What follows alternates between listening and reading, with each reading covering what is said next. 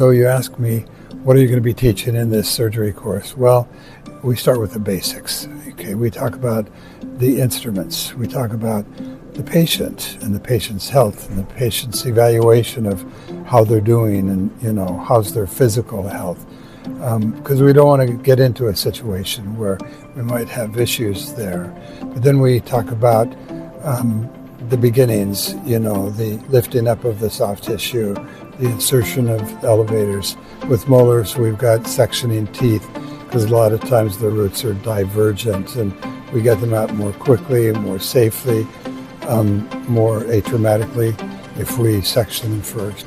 And then the follow-up care, how are they going to be afterwards?